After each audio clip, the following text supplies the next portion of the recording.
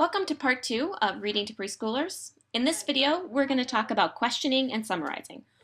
So now, as you know from the other videos, while you read, your mind is predicting and connecting, clarifying and visualizing.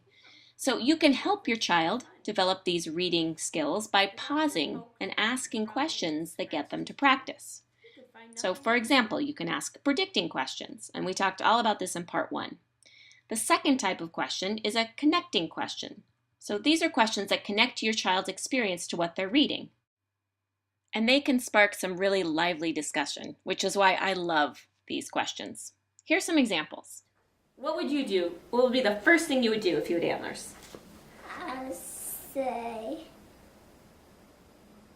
All right, here are my antlers. That's what I have now. Full of dangers. What do you think might be dangerous to a butterfly? Do you know what eats butterflies? I think birds eat butterflies a lot. and also, of those bug snappers. Oh, Venus flytraps? I bet she has to avoid those. So what does this story remind you of? Goldilocks and Bear. Yeah, like this is... The second kind of questions I like to ask are visualizing questions. And these help your child kind of picture what's going on in the story. Like this. And she creepy crawled away just as fast as she could go. How fast do you think a creepy crawly bug goes? Pretty slowly. And going through the door now took some thinking. What is she going to have to do to get through that door? Sideways. Yeah, she's going to have to turn sideways, huh? Finally, the third type of question are larger picture questions. So these are about the lesson the book wants to teach or about a larger idea.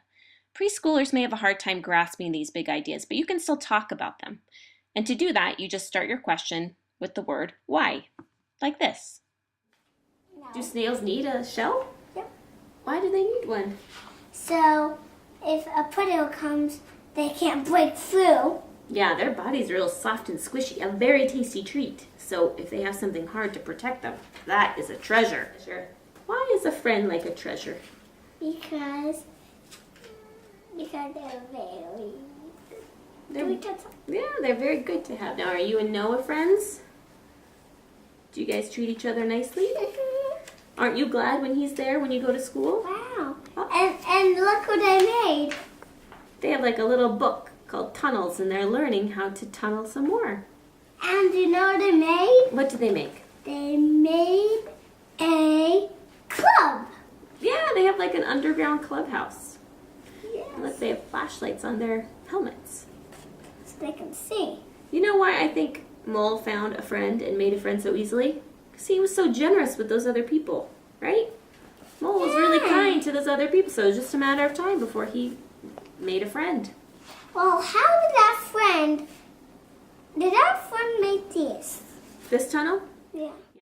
So you notice my son's more interested in talking about the tunnels than the theme of the book. You know, that's fine. I'm planting the seeds of the reading process, so that's all that's important. So a natural companion to questioning is summarizing. So this can be done quickly, where you just sort of sum up the action on the page, like this. She doesn't seem bothered by the antlers. On Friday. Or it can be done at the end, like this. Wait a second. So she spent this whole book getting to Mexico, and once she gets there, what does she do? To go. She turns around and she Go. she flies back home. Do you know what that's called? Or it can be done as you read, like this. That mole is very generous. All right, so they're gonna eat this. So we had a bird that wanted a... And a snail. Well, what did the bird want? The bird wanted The twig, okay. And then And Mole then found a shell. for a snail. And then he found a nut for the... Squirrel. Okay, so those are the 3 things so far.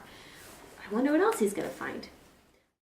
I'm sure you noticed these questions are fluid and overlap with each other. Different questions develop the various reading skills you want your child to have, so ask as many different types as you can. And let me say something about pacing. Remember, reading is supposed to be enjoyable, not a time to quiz them. So watch your child for clues. If they're squirrely or fidgety, aside from nose picking, of course, or silent or bored or feels uncomfortable, just pull back. Just model the question and answer by talking out loud and move on. Remember, above all, you want to share the joy of reading, the pleasure of thinking and wondering and learning. Nothing is more delightful than feeling successful, and as you help your child learn the entire reading process, that's what you're giving them, a foundation of reading success. And the memory of an adult who took time to share the joy of reading with them. For a summary of the information presented here and lots more tips, check out the accompanying articles and the other videos in this series, all at thepowerofmoms.com.